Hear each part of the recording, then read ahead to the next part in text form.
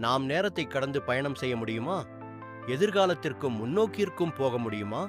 இதோ சுவாரஸ்யமான விஷயம். இது சயின்ஸ் ஃபிக்ஷன் மாதிரி தான் இருக்கு. ஆனா விஞ்ஞானம் இதுக்கு ஏற்கனவே பதில் சொல்லிடுச்சு. வானியல் விஞ்ஞானி பெஹல் ஆல்பர்ட் ஐன்ஸ்டீன் அண்ட் என்குடி தியரி ஆஃப் ரிலேட்டிவிட்டி படி வேகமாக பயணிச்சா நேரம் மாறிடும். உதாரணத்துக்கு ஒரு ராக்கெட் லைட் ஸ்பீடுக்கு சமமாக போனால் அதில் இருக்கும் நபருக்கு 10 நிமிஷம் மாதிரி இருக்கும். ஆனா பூமியில் இருக்கிறவங்களுக்கு பல வருடம் ஆகலாம். அப்படின்னா ஃபியூச்சருக்கு போகலாம். ஆனால் பாஸ்டுக்கு அதுக்கு வார்ம் ஹோல்ஸ் அல்லது குவாண்டம் மெக்கானிக்ஸ் இருக்கிற மிஸ்ட்ரிகள் தான் காரணம். சயின்ஸ் இன்னும் இதை ப்ரூவ் செய்யல. நாளைக்கு ஒருவேளை டைம் மெஷின் இன்வென்ட் ஆகலாம். நீங்க ஃபர்ஸ்ட் அங்க ட்ரை பண்ணுவீங்களா?